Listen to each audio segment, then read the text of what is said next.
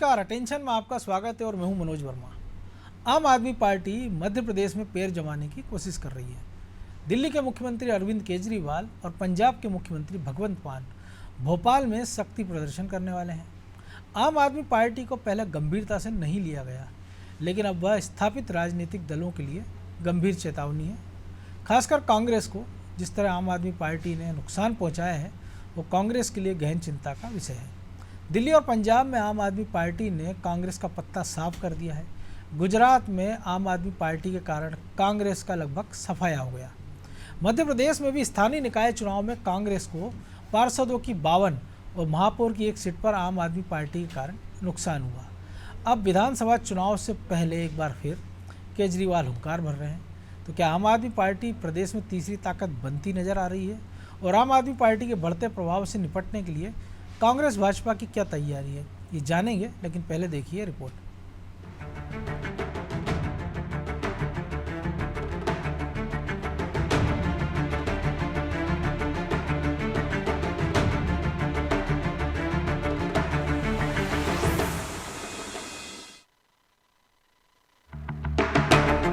आम आदमी पार्टी मंगलवार को भोपाल में शक्ति प्रदर्शन करने जा रही है। इस प्रदर्शन में दिल्ली के मुख्यमंत्री अरविंद केजरीवाल और पंजाब के मुख्यमंत्री भगवंत मान शामिल होने वाले हैं। आम आदमी पार्टी दिल्ली और पंजाब में सरकार बना चुकी है।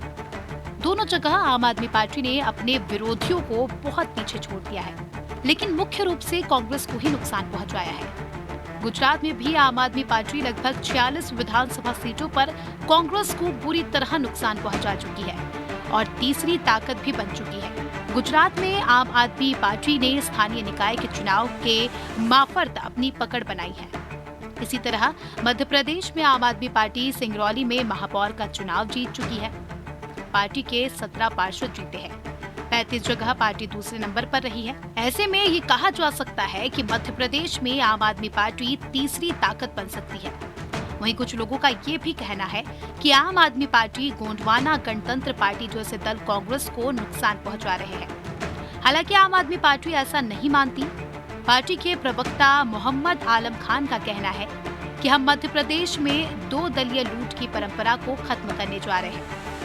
खेल दशहरा मैदान में चुनावी शंखनाद होगा। आम आदमी पार्टी की पूरी जोर शोर से तैयारी है 230 विधानसभाओं को लड़ाने की, और हम पूरी ताकत से ये जो 2 दलीय व्यवस्था है लूट की मध्य प्रदेश में, उसको खत्म करने का आगाज करने जा रहे हैं। और हम 230 की 30 विधानसभा में ऐसे कर्मठ, ईमानदार, जुझारू जो जनता जनार्दन के हितों के लिए काम करेंगे, ऐसा नेतृत्व खड़ा करेंगे जिससे ये कांग्रेस और भारतीय जनता पार्टी की लूट की व्यवस्था खत्म हो सके। स्थानीय निकाय के चुनाव में आम आदमी पार्टी ने कांग्रेस को खासा नुकसान पहुंचाया था। आम आदमी पार्टी और AIMIM नहीं होते तो कांग्रेस के 2 महापौर और बढ़ सकते थे। हालांकि कांग्रेस विधायक PC शर्मा इससे सहमत नहीं है। उनका कहना है कि कोई भी आ जाए, सरकार कमलनाथ ही बनाएंगे। आम पार्टी आ जाए चाहे जाम पार्टी आ जाए, सरकार कमलनाथ जी के नेतृत्व में कांग्रेस की बनेगी। तो ये कौन लेके आ रहा है इनको यहाँ? कौन? आम आदमी पार्टी। अरे जिसको आना है आओ, घूम के चले जाओ। आम आदमी पार्टी की बढ़ती ताकत कांग्रेस के लिए खतरे की घंटी हो सकती है। गोंडवाना गणतंत्र पार्टी जैसी कई पार्टियों ने मध्य प्रदेश में पैर जमाने की कोशिश की, लेकिन उतनी सफलता नहीं मिली। आम आदमी पार्टी की राजनीति थोड़ी अलग है। दिल्ली, पंजाब और गुजरात में आम आदमी पार्टी अपनी पकड़ बनाने में कामयाब रही है। क्या मध्य प्रदेश में आम आदमी पार्टी तीसरी ताकत बन सकती है? मध्य प्रदेश में आप सभी 230 सीटों पर ताल ठोकने की तैयारी में है। पार्टी सर्वे से अपनी ताकत तोड़ रही है। आपका कहना है कि वो मध्य प्रदेश में 4C फॉर्मूला अपनाएंगे। करप्ट, क्रिमिनल, कम्युनल और कैरेक्टर देखकर टिकट दिया जाएगा।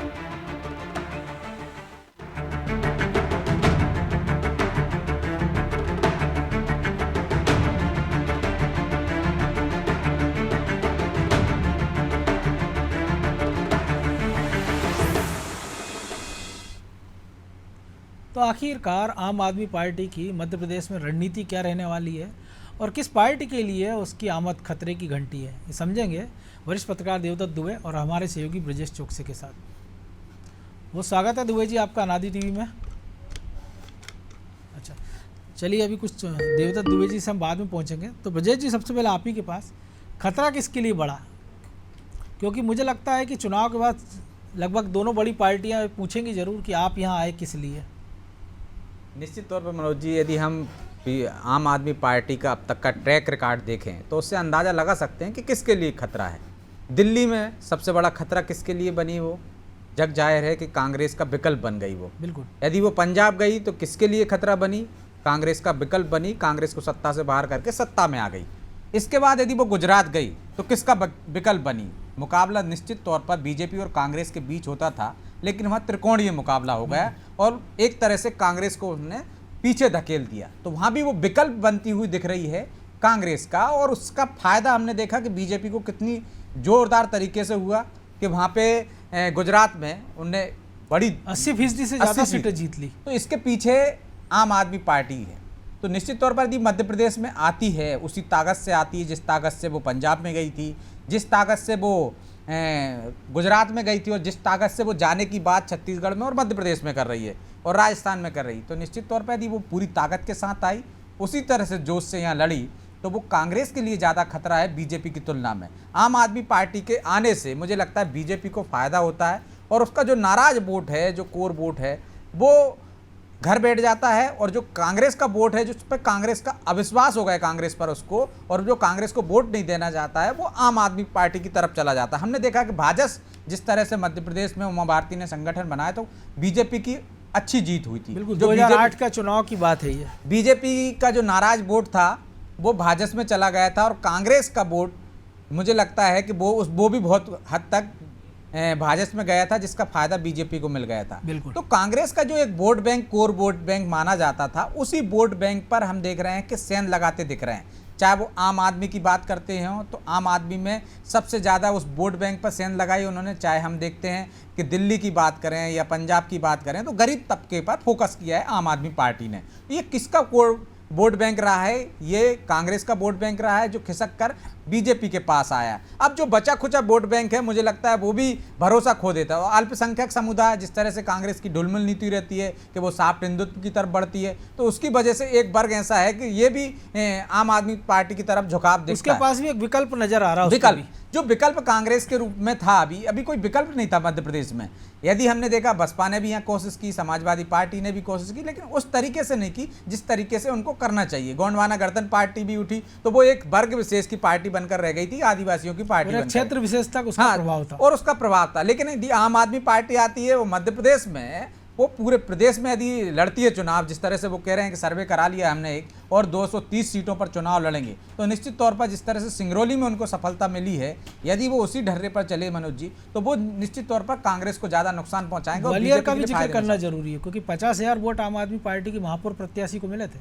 बिल्कुल, तो यही तो, यदि आम आदमी पार्टी यहाँ आती है तो निश्चित तौर पर मुकाबला त्रिकोणीय होगा। त्रिकोणीय मुकाबले में हम देखेंगे कि ज़्यादा फायदा बीजेपी उठा ले जाती है। तो दुबे जी, बहुत स्वागत है आपका अनादि टीवी में। तो फायदा तो बीजेपी के लिए अच्छी बात है। हालांकि पीसी शर्मा जरूर कह रहे थे कि जिसको आना आ जाए, हमको कोई फ़र्क नहीं पड़ता है, लेकिन जब वो दिल्ली में आए तो फ़र्क क्या पड़ा कि 15 साल पुरानी शीला दीक्षित की सरकार ऐसी गई कि उसके बाद से अब कांग्रेस का वहाँ खाता भी नहीं खुला है।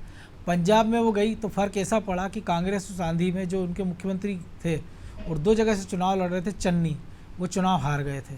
फ़र्क ये पड़ा कि गुजरात में वो गए तो बीजेपी ने 27 साल की सत्ता के बाद भी तमाम एंटी इनकम्बेंसी के दावों को पीछे करते हुए, जो पुल हादसा हुआ मोरबी का, सो जाने गई, उसको पीछे करते हुए मोरबी सीट भी जीत ली और 84% सीटें जीत ली।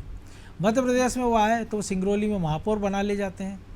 तो क्या जो कांग्रेस कह रही है कि जिसको आना आ जाए, कोई फ़र्क नहीं पड़ता, कोई फ़र्क पड़ेगा? स्वाभाविक है, जब कोई दल आएगा तो फर्क पड़ेगा। और जो आपने इतिहास बताया दिखाई रहा है, प्रमाण है तो सब। लेकिन कोई भी नेता क्यों स्वीकारेगा? मैंने कई बार एक नेता का इंटरव्यू किया, उन्होंने कहा दूरबीन से देखने पर भी मुझे कहीं हार नजर नहीं आ रही।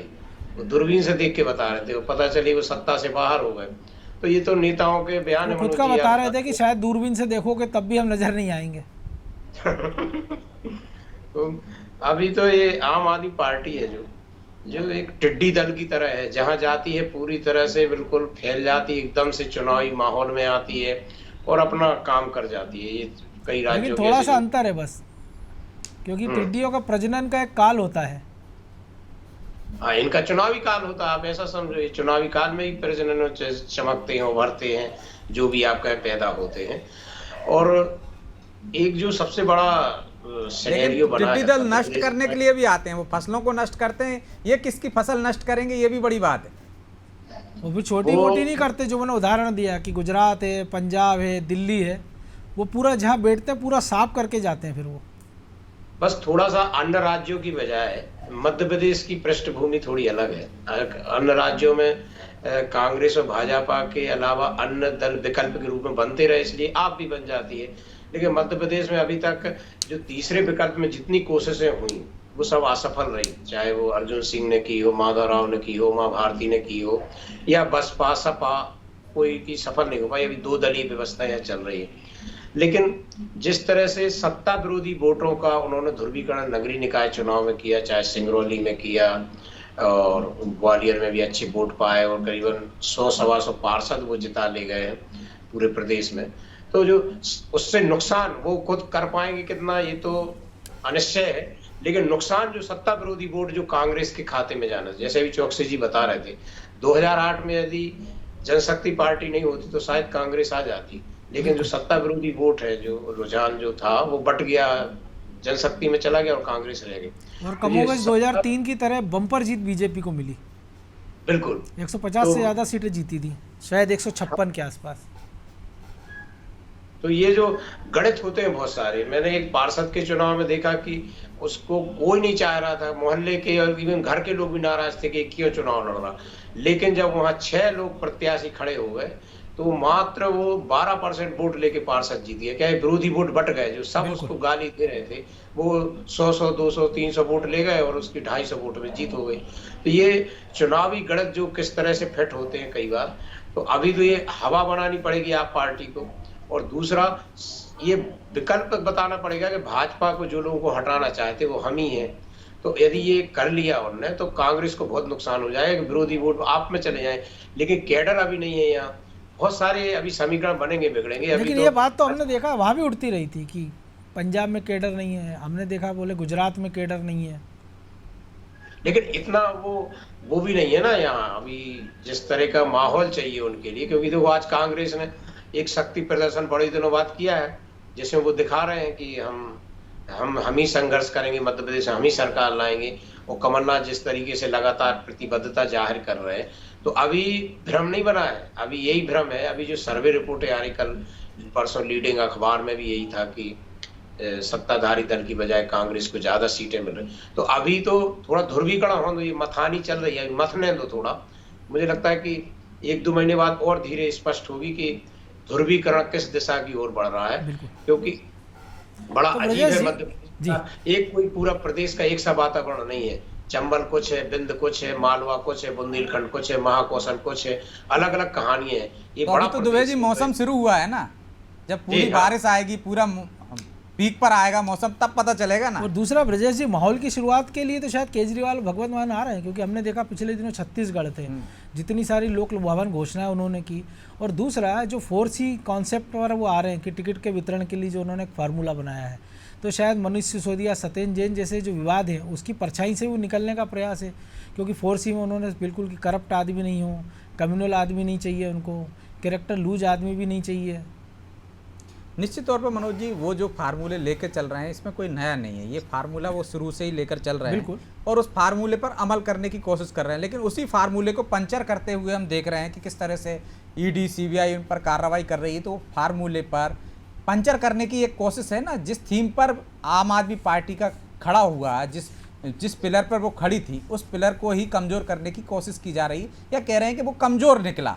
ये तो सच्चाई बाद में पता चलेगी। लेकिन एक राजनीतिक दल होता है, वो अपने कार्यकर्ताओं में, लोगों में मैसेज देने की कोशिश करता है कि उसके साथ गलत हो रहा है, वो तो ईमानदारी से काम कर रहा है। कोई भी राजनीतिक दल ये नहीं कहता कि हाँ मेरे से गलती हो गई है, मेरे से गलती हो गई, ये चूक हो गई है और इसकी मुझे सजा मिल चुकी है, अब मुझे माफ़ कीजिए, मैं आगे सही काम करूंगा। कोई भी राजनीतिक दल, चाहे उससे गलती हो जाए, चाहे उसके लोग भ्रष्टाचार में फंस जाएं, उन पर ठीकरा फोड़ दिया जाता है। तो मुझे लगता है जनता भी कन्फ्यूज रहती है कि वाकई में इस तरह की राजनीति चल रही है, क्या फंसाया जा रहा है। क्योंकि आम लोग भी अब और जिस तरह से माहौल बनाया जाता है सोशल मीडिया के माध्यम से, तमाम तरह के प्रयासों के माध्यम से, तो मुझे लगता है कि इसमें थोड़ा वो रहता है, असमंजस की स्थिति आ जाती है। भरोसा उतना टूटता नहीं है कि यदि एक कोई सीबीआई ने कार्रवाई कर दी है या ईडी ने कार्रवाई कर दी तो पूरे देश की जनता ने मान लिया कि वो भ्रष्टाचार यह एक में जनरल लिप्त है। परसेप्शन है कि हमाम में तो सभी नंगे हैं। बिल्कुल।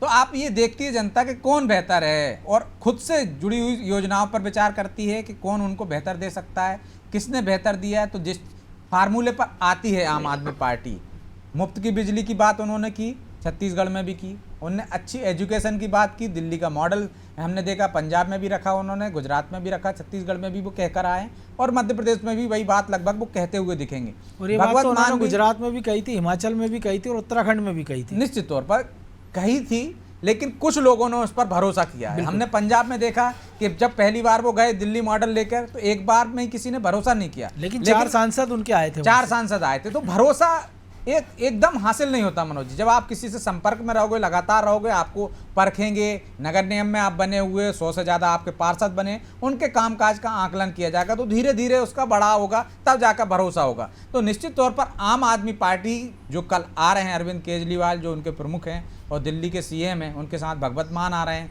जो पंजाब के सीएम, 2 चेहरे में महत्वपूर्ण हैं आम आदमी पार्टी में, दोनों यहाँ आ रहे हैं। तो एक तरह से जो आज कांग्रेस ने, जो दुबे जी कह रहे थे, शक्ति प्रदर्शन किया, तो कल हम आम आदमी पार्टी का भी शक्ति प्रदर्शन देखेंगे और फिर एक तरह से माहौल बनना शुरू होगा कि आम आदमी पार्टी में यदि आपको वैसी कांग्रेस के समकक्ष भीड़ दिखी या कांग्रेस से ज़्यादा भीड़ दिखी तो देखिए आप अलग टाइप का माहौल बनेगा, एक मैसेज जाएगा कि कांग्रेस से ज़्यादा भीड़ आम आदमी पार्टी में, क्योंकि ज़्यादा अंतर नहीं है, 24 घंटे के अंतर ये हम 2 बड़े राजनीतिक पार्टी का दलों जो प्रचार तंत्र है वो स्थापित करने में कोई कसर भी नहीं छोड़ेगा कि उनकी रैली कांग्रेस की रैली से ज़्यादा बड़ी थी। निश्चित तौर पर हमने देखा है कि जब बीजेपी देखती है कि किसको कितनी तवज्जो देनी चाहिए, उससे किसको कितना फायदा उसको मिलेगा, तो हमने देखा है कि आम आदमी पार्टी के साथ उन्होंने किस तरह से व्यवहार किया था गुजरात में।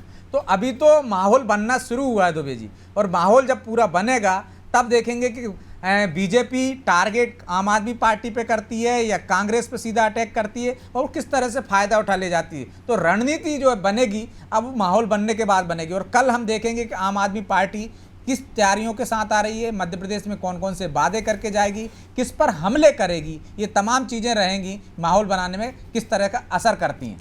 दुबे जी, इस माहौल के बाद की अगर हम एक कल्पना करें तो एक प्लेटफार्म उन नेताओं के लिए भी है कांग्रेस बीजेपी के जिनके टिकट कटना बड़े पैमाने पर, क्योंकि जो आप ही जिक्र कर रहे थे कि 80 सीटों की बात हो रही है, 50 सीटों की बात हो रही है कि जहाँ कांग्रेस मजबूत है, कमज़ोर है, बीजेपी मजबूत है, कमज़ोर है, वो बड़े पैमाने पर टिकट कटना है। पिछले चुनाव में भी हमने देखा 50 के लगभग टिकट कटे थे, इस बार ये संख्या और ज़्यादा हो सकती है एंटी इनकम्बेंसी के कारण। तो हो सकता है कि एक नया प्लेटफार्म, उनके पास तो कैंडिडेट है नहीं, जो आप कह रहे हैं कैडर नहीं है, तो लीडर तो उनके पास आ ही सकते हैं कि भैया कांग्रेस से जो नाराज़ है आ जाइए, बीजेपी से नाराज़ है, टिकट नहीं मिला आ जाइए। क्योंकि हमने देखा जो सिंगरौली महापौर की हम बात करें तो वो उन्होंने वो जीत अपने दम पर है, वो ठीक है, इसका क्रेडिट आम आदमी पार्टी के खाते में है, क्योंकि पिछले विधानसभा चुनाव में भी जब बगावत करके उन्होंने चुनाव लड़ा था तो 30-35 हज़ार वोट हासिल किए थे। बिल्कुल, कटनी का भी महापौर बीजेपी का ही बागी था। बिल्कुल। तो ये तो विकल्प सबके पास उपलब्ध है, जो कांग्रेस और बीजेपी में जो असंतुष्ट रहेंगे, जिनको टिकट नहीं मिलेगा। अभी तो नेताओं के पास जिनके टिकट कटते थे, कई बार वो यही रोना रोते थे कि क्या करें, मध्य प्रदेश में भाजपा और कांग्रेस के अलावा कहीं जगह नहीं है, तो सबके पास नेताओं की भीड़ है हर सीट पे। अब ये जो तीसरा विकल्प, वो नेता कितने पानी में समझ में जाता है। अगर कुशमरिया जैसे कितने बार के सांसद मंत्री चुनाव लड़ते, 2000 वोट नहीं मिलते उनको। धीरज पटेरिया को हमने देखा, समीक्षा गुप्ता हमने देखी है कि वो ठीक है चुनाव हरा देते हैं। देखिए वो तो है ही, जो लोग अपनी दमखम पे वो तो निर्दलीय भी जीत जाते हैं। बहुत कम नेताओं में ऐसी होती है कि जो वोट शिफ्ट करा सके, अपने लिए वोट ले लेना, बहुत सारे समीकरण, वो पार्टी की दम पर वोट ले लेना और वोट शिफ्ट करा देना। वोट शिफ्ट करा देने की क्षमता बहुत कम नेताओं में होती है, केवल अपने लिए या पार्टी की दम पर वोट लेना। तो ऐसे ही नेता अभी तक केवल मायावती और बसपा ही अपवाद है भारतीय राजनीति में। बिल्कुल, वो अलग चीजें हैं बहुत सारी राजनीति में। तो मुझे लगता है कि लेकिन एक विकल्प रहेगा, यदि इस तरह के शक्ति प्रदर्शन होते रहेंगे आप पार्टी के, तो उससे जो बीजेपी और कांग्रेस में नाराज लोग हैं, जिनको टिकट नहीं मिल रहा, जिनमें थोड़ी बहुत भी दमखम है, वो जरूर वहां जाके लड़ेंगे और जीतेंगे। क्योंकि इस बार तो और भी ज्यादा संघर्ष का चुनाव है। पिछली बार देखो आप, बसपा और सपा के जीते विधायकों कितने बल्ले बल्ले हुई थी। जयवर्धन उनकी अटैची लेके दिल्ली में घूम रहे थे, तो और कितना हेलीकॉप्टर छोड़ने जाता था पथरिया, बसपा की वो विधायक थी। तो ये जो मजे लोगों ने देखे हैं पिछली बार की। सुरेंद्र सिंह तो सेरा उसमें को क्यों हमारा- भूल रहे हो आप, जो गृह मंत्री बनने का सपना देख रहे थे? बेंगलोर भी बिल्कुल। चले गए थे, गुड़गांव भी चले गए थे। प्रदीप जायसवाल भी हैं, उधर भी मलाई इधर भी मलाई। वो तो शायद बहुत। पहले इकलौते ऐसे नेता है, जब कमलनाथ का इस्तीफा भी नहीं हुआ था उसके पहले उनका बयान आ गया था कि मेरी जनता जहाँ चाहेगी मैं वहाँ रहूँगा। वो तो अब तो देखो दल बदल कोई इशू बचा नहीं देश में, अब तो जहां दम वहां हम, वो कोई वही संकोच तो नहीं कि बचा। क्या ये दम आम आदमी पार्टी दिखा पाएगी मध्य ये अपन प्रदेश कल में? देखेंगे, जब कल हम और आप इस समय बैठेंगे तब पता चलेगा कि आम आदमी ने कितनी ताकत दिखाई है। लेकिन अभी तक तो उनका यही है कि जिस तरह से दो मुख्यमंत्री आ रहे हैं, पूरी ताकत वो लगा रहे हैं और वो चुपचाप काम करने वाले, कई दिनों से उनका संगठन के लोग वो घूम रहे हैं ब्लॉक स्तर पर। तो मुझे लगता है कि कल शक्ति प्रदर्शन अच्छा होगा और इसी के आधार पर फिर नेता भी देखेंगे कि हमें कहाँ गुंजाइश बन सकती है। और वो तो अपना एक सर्वे भी करा चुके हैं, तो ये शक्ति प्रदर्शन वो जो वहाँ से उम्मीदवार बनने की कोशिश कर रहे होंगे या दावेदार होंगे उनके लिए भी है कि एक आप मौका जितनी- है, तो वे भीड़ जुटाने का ये भी एक तरीका होता है। और मनोज जी, आम आदमी पार्टी दम कितनी दिखाएगी ये तो आने वाला समय बताएगा, लेकिन दम वो नेता जरूर दिखा सकते हैं जो दमदार हैं और जिनको पार्टी है, लेकिन चाहे वो अगर उसको हम कांग्रेस ऐसा हो सोचें, या बीजेपी किनारे बिल्कुल, कर देती है। तो ऐसा हम समझे अगर उसको इस नज़रिए से, क्योंकि नज़दीकी मामला 18 में था बीजेपी कांग्रेस, सीटें कांग्रेस की ज़्यादा थी, वोट थोड़े 50,000 के लगभग बीजेपी के ज़्यादा थे। तो ऐसे में आम आदमी पार्टी की मजबूती किसका दम निकालेगी? वो तो दम दिखाएगी सही, दम किसका निकालेगी?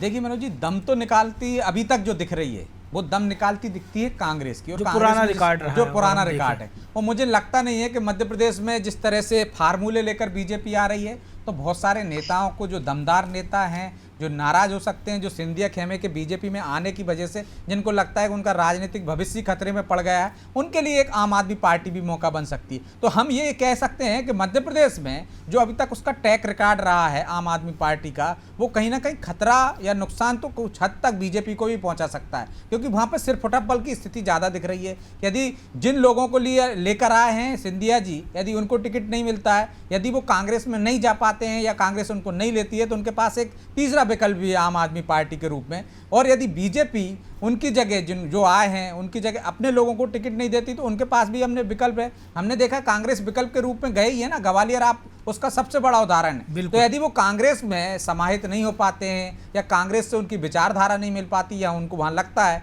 कि वहाँ उतना फायदा नहीं होगा, तो वो आम आदमी पार्टी का भी मतलब झाड़ू भी थाम सकते हैं। अब वो किस पर झाड़ू लगाएंगे, किसको ज़्यादा नुकसान पहुंचाएंगे, यदि ट्रैक रिकॉर्ड देखें हम तो वो कांग्रेस पर झाड़ू लगाते हुए दिख रहे हैं। लेकिन यदि मध्य प्रदेश की परिस्थितियां अलग बदली, यहाँ फार्मूले चले, जो हम बात करते हैं 75+ के फार्मूले की बात करते हैं, परिवारवाद की बात करते हैं, तो कई जो आम आदमी अब तक नुकसान कांग्रेस को पहुंचाती रही थी, वो कुछ थोड़ी बहुत झाड़ू जब हम लगाते हैं एक दिशा में, तो कुछ कचरा इधर भी आ जाता है मनोज जी। तो हो सकता है कि वो थोड़ा नुकसान बीजेपी को भी पहुंचा जाए। तो बिल्कुल, और विपरीत हवा में झाड़ू लगाना और टेढ़ा काम रहता है। बिल्कुल। चलिए, समय की बाध्यता है, इस चर्चा को ही विराम देना होगा। तो निश्चित तौर पर आम आदमी पार्टी एक ताकत दिखाने के लिए मध्य प्रदेश में एकजुट हो रही है। दो राज्यों के मुख्यमंत्री मध्य प्रदेश में आने वाले हैं और वो किस प्रकार वादों की झड़ी लगाते हैं, दावों की झड़ी लगाते हैं, इस पर भी हमारी नज़र होगी। लेकिन इतना तो तय है कि केजरीवाल और भगवंत मान के आने के बाद मध्य प्रदेश की राजनीति का खेल थोड़ा सा दिलचस्प जरूर होगा। अटेंशन में आज इतना ही, मुझे दीजिए इजाज़त और आप देखते रहिए अनादि टीवी। नमस्कार।